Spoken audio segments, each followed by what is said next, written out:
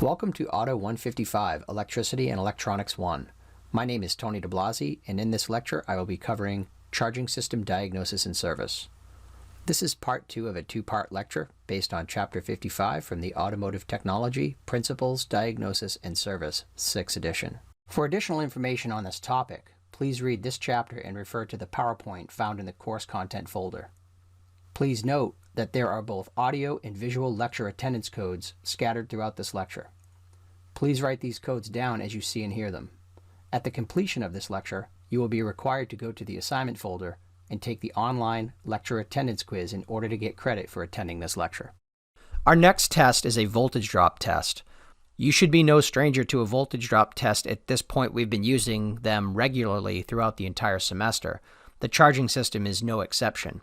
To do a voltage drop test on an alternator, first you need to let the engine run, because the definition of a voltage drop test is a test used to identify areas of unwanted resistance in a live circuit. So current needs to flow from the B-nut to the battery, or from the B-nut to the fuse box, then to the battery. So what we need to do is identify or check the wires coming from the alternator itself. So we'll start the engine and let it run at 2000 RPM, no more than that. We want to turn on headlights to create an electrical load. I usually recommend headlights and high beams and blower motor. So the more you have on, the more current that will flow from the alternator. Therefore, the more resistance or voltage drop you'll see. We're going to set the multimeter to volts DC.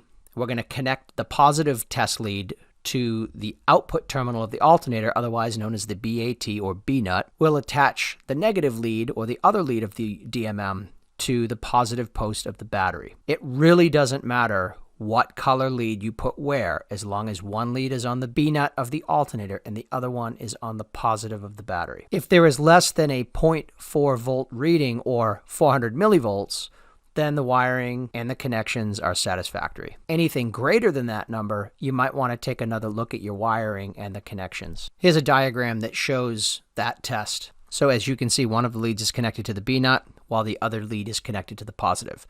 Once again, we're looking for a maximum of 0.4 volts or 400 millivolts. The same test can be applied to the negative side or ground side of the alternator, and that's done this way. You take one lead and place it on the negative terminal of the battery, and you take the other lead and you place it on the actual chassis of the alternator. In this case, we're looking for a maximum of 0.2 volts or 200 millivolts. We don't want to see anything greater than that.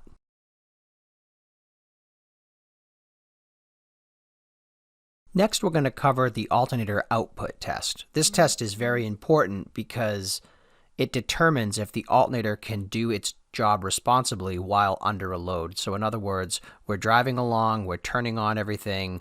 Can the alternator not only provide the voltage that we need, but can it also output the amperage to charge the battery and run all the devices in the vehicle? So we're going to use what's called a carbon pile tester. And earlier in this semester, we've discussed the piece of equipment referred to as the VAT40 or VAT45. So you're going to connect the starting and charging test leads according to the manufacturer's instructions to the battery. You're going to turn off all electrical accessories. You're going to start the engine, and once again, we're going to operate it at no more than 2000 RPM. Then we're going to turn the load increase control slowly to obtain the highest reading on the ammeter scale. We don't want to overload it, but we want to turn it up to what it's specified for that alternator. We don't want to allow the voltage to drop below 12.6 volts, and we want to compare the output reading to the factory specs. Here's an example of a load tester, a carbon pile load tester. We're also going to use an ammeter to measure amperage that the alternator is putting out. So we want to attach it based on the instructions. Normally, what I like to do is put it kind of away from the alternator itself, because the magnetism of the alternator can throw off the inductive clamp. So we're going to start the engine and we're going to operate at about, once again, 2000 RPM. We're going to turn on accessories that may be used continuously, such as headlights, high beams, wipers, blower motor, rear defogger, that kind of stuff. We're going to observe the ammeter. The current indicated is the electrical load that the alternator is able to exceed to keep the battery fully charged. Here's an example of the amp clamp around the output wire that comes off of the actual B terminal of the alternator. We want to be careful not to get this clamp too close to the alternator itself, because the magnetic field can throw off the inductive clamp.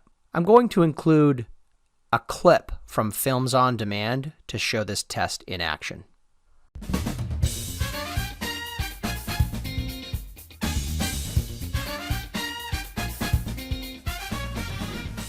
If the charge indicator light in the dash shows a charging problem, or if the customer complains of a dead battery and poor cranking, visually inspect around the alternator and its related wiring.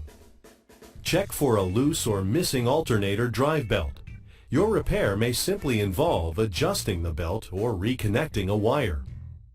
Note that some late model cars use a relay to energize the alternator. If the relay is bad, it can keep the charging system from functioning. Test and then replace the relay if needed. Make sure current is reaching and leaving the relay normally. A fusible link or large high current fuse is often wired into the charging system. A major short can blow the fuse. Check for a blown fuse or a fusible link if power is not reaching major sections of the car's electrical system. If the battery is going dead, you'll want to check for a battery drain. Connect an amp meter to the battery cable to measure the current flow with all accessories off. If you get a current draw over about 5 milliamps with everything off, something is staying on or is shorted. Remember to check the battery during charging system service. Dirty or loose terminals can keep the alternator current from entering and charging the battery. Also, check for abnormal noises from the alternator. Dry, worn alternator bearings are very common. An electronic noise detector is handy for isolating various sounds. Touch the metal probe on suspected parts until the noise is the loudest. This will pinpoint the source of the abnormal sound. A voltmeter can be used to test the output of a charging system when a load tester is not available. First, take a battery base voltage reading by connecting your voltmeter across the battery terminals. Measure battery voltage with the engine off and the accessories off. The base reading will compensate for battery condition and meter accuracy. Next, take a no-load voltage measurement. Start and fast idle the engine with all electrical accessories off. Your voltage reading should increase over the base reading from about 0.5 to 2 volts more. If no load voltage output increases more than 2 volts over the base voltage, then overcharging is indicated. You may have a bad voltage regulator. Next, measure the load voltage with the engine running and with all electrical systems on. Turn on the heater, wipers, high beam headlights, air conditioning, and other accessories. This will load the charging system to a worst-case scenario. At fast idle, note your voltmeter reading. Generally, if the charging voltage stays above your base battery reading, then the alternator is charging the battery. If load voltage is at or below base battery voltage, then you do not have enough current output to recharge the battery, and something is wrong.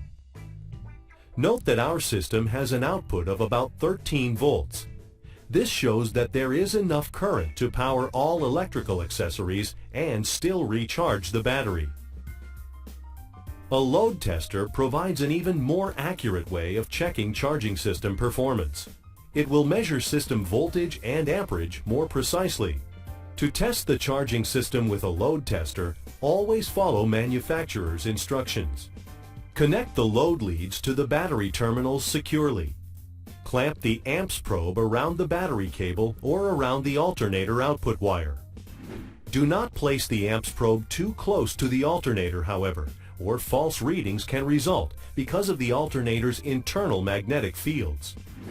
For convenience, most mechanics clamp the amps probe over the battery cable and any other wires going to the battery. The load leads connect to the battery terminals to draw current out of the alternator to check its performance against specifications. Generally, load the alternator for about 15 seconds. The load tester is used to draw maximum charging current without letting output voltage drop below about 12.5 volts. The resulting current value will equal maximum alternator output. With the engine running at fast idle, load the alternator, but do not let current go beyond specs, and do not let voltage drop too low because you could damage the alternator. You would need to add any key on current draw to get an even more accurate reading. After checking maximum current output with your load tester, compare it to specs. Quite often, the alternator rating is stamped on the side of the alternator. If not, refer to your shop manual. If the alternator is not up to specs, you will need to replace it with a new or rebuilt unit. Chapter 55, Electric Code Question Number 7. Please write this down. 558812. Once again, that is 558812. Please write this down. What we're going to cover now is the removal and replacement of an alternator. The basic steps always start with removing the negative terminal from the battery. You don't want to have your battery connected because when you go to disconnect the B nut or the battery positive from the alternator, that's a live terminal end and that can cause a short. By removing the battery negative, you will reduce that risk. Next, you're going to remove the accessory drive belt, and then at that point, you can remove the wiring, the fasteners, the spacers, the brackets, and then take the alternator out itself. Installing is essentially in the reverse order. So the Films on Demand feature that I'm going to be showing you next will demonstrate that.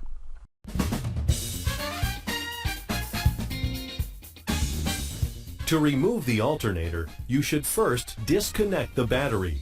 This will prevent a major short from developing if you accidentally touch the wires on the back of the alternator to ground.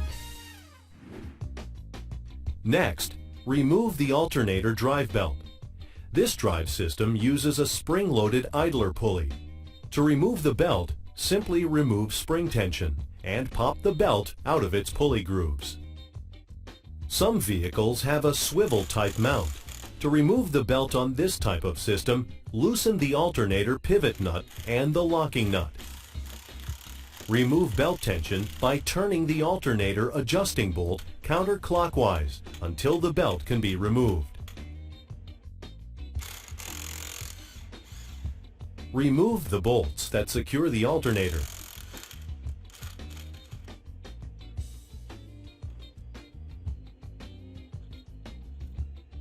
Disconnect the wires on the back of the alternator. Sometimes the wires plug in to the rear of the alternator.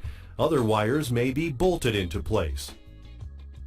Again, it is critical that you disconnect the battery to prevent a major electrical short and a possible electrical fire. Lift the alternator off the engine. Chapter 55, Electric Code Question Number 8. Please write this down. 445521. Once again, that is 445521. Please write this down.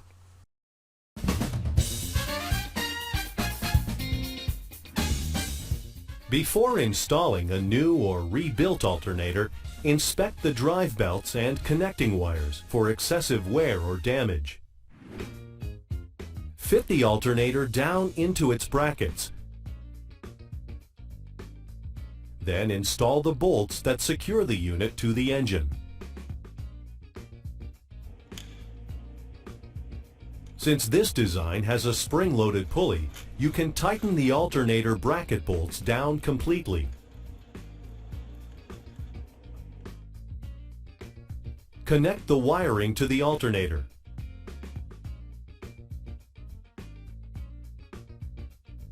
Tighten all wires securely.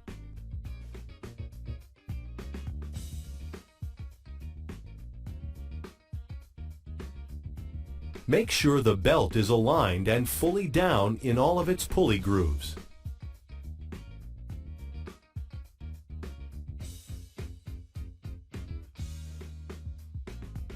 If the alternator has a swivel type adjustment, you must leave the bolts loose until the belt is installed. On this type of installation, after the belt is seated in all of the pulley grooves, tighten the tension adjusting bolt. Check the belt tension. A ½ inch to 3/4 of an inch of deflection is ideal. Too much tension will quickly destroy bearings. Reconnect the battery.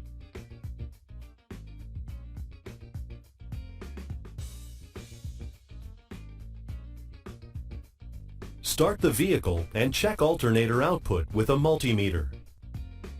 Recheck belt tension after about 500 miles. Adjust tension if required.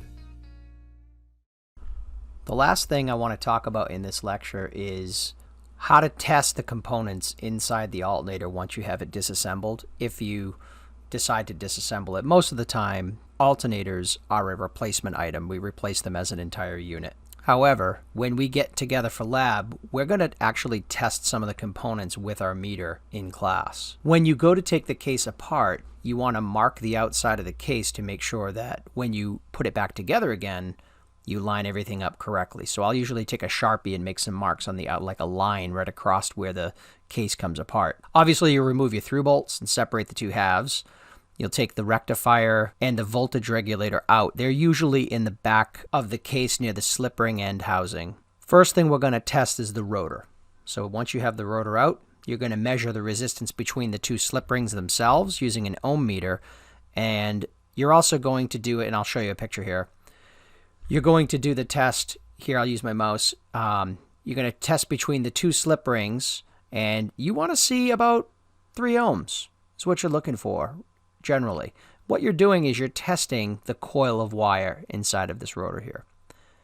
You're going to do a second test with your ohm meter, and what you're looking for is you're looking for OL. You want to see an OL here. You don't want to see these two connected. So basically what we're doing is we're taking our slip ring to the actual shaft of the rotor.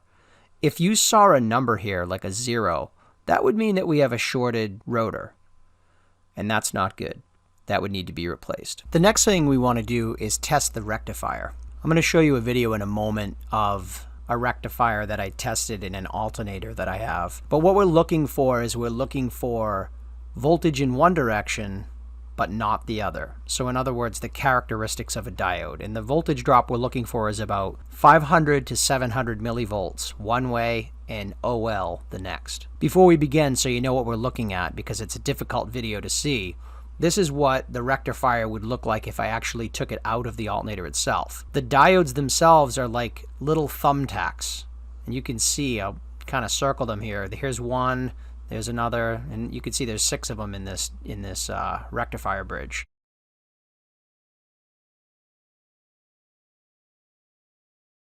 So you want to set the meter to read diode to your diode setting. So you're going to press the button until this cycles to diode.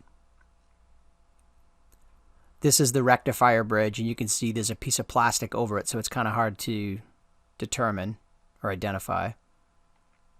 I'm going to attach one of my leads, the red lead, to the inside heatsink, and I'm going to attach the black lead to the output of the stator.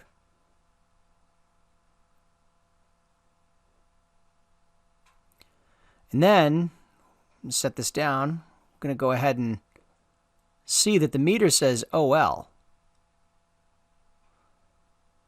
That means open loop. Now here I'm going to change it, red to the stator, black to the heatsink, and we should see a number this time. And as you can see, we have 583 millivolts.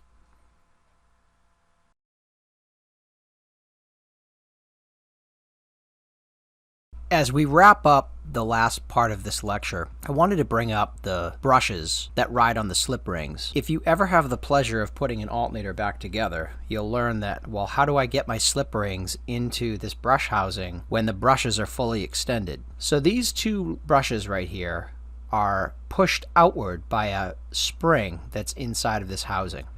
You'll notice a small hole in the brushes. This hole passes through both brushes, and you can take a paper clip or a wire or something and push these 2 brushes inward inside the housing, and then run that wire or that paper clip down in, so that way the brushes stay inside the housing.